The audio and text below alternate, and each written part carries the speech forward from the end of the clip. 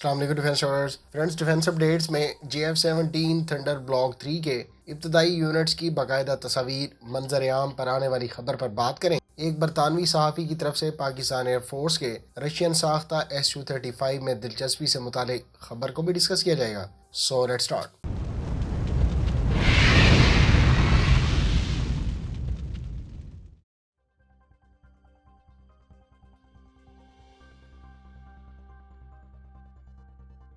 اب سے کچھ دیر پہلے JF-17 تھنڈر بلاک 3 کے ابتدائی سیریل پروڈیوس یونٹس کی تصاویر منظر عام پر آئی ہیں۔ اس تصویر میں 10 طیاروں کو ایک لائن میں دیکھا جا سکتا ہے۔ ان ایئر کرافٹ پر نئے ریڈار وارننگ ریسیور اور پہلے بلاک سے مختلف ہڈ کو دیکھا جا سکتا ہے، لیکن انجن کے بارے میں ابھی بھی کچھ نہیں کہا جا سکتا۔ زیادہ تر ماہرین کا خیال ہے کہ بلاک 3 میں ایٹ لیسٹ ابتدائی اسکواڈرز میں RD-93 استعمال کیا جائے گا، گو کہ ماضی میں RD-93MA اور WS-13 کے بارے میں اسپیکولیشن سننے کو مل چکی ہیں، لیکن RD-93MA تو انڈر ڈیولپمنٹ ہے۔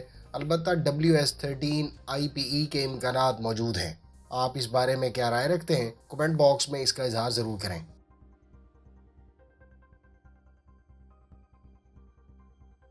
ایک برطانوی صحافی نے اپنے 2 گھنٹے پہلے ایک ٹویٹر پیغام میں دعویٰ کیا ہے کہ پاکستان روس کے Su-35 طیارے میں دلچسپی رکھتا ہے۔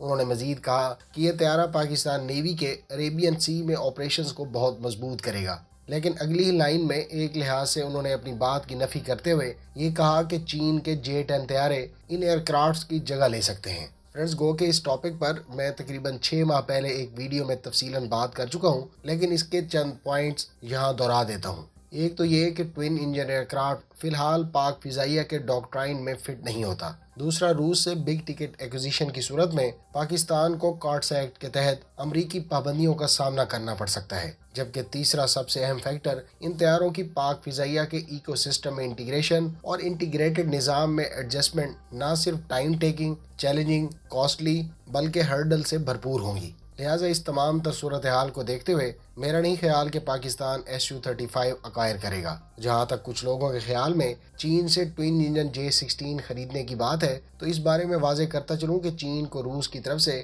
ان کے فلینکرز پر بیسڈ ایئر کرافٹس کے لیے ایکسپورٹ لائسنس حاصل نہیں ہے۔ لہٰذا چین فلینکرز پر بیسڈ J-16 طیارے کو کسی ملک کو ایکسپورٹ نہیں کر سکتا۔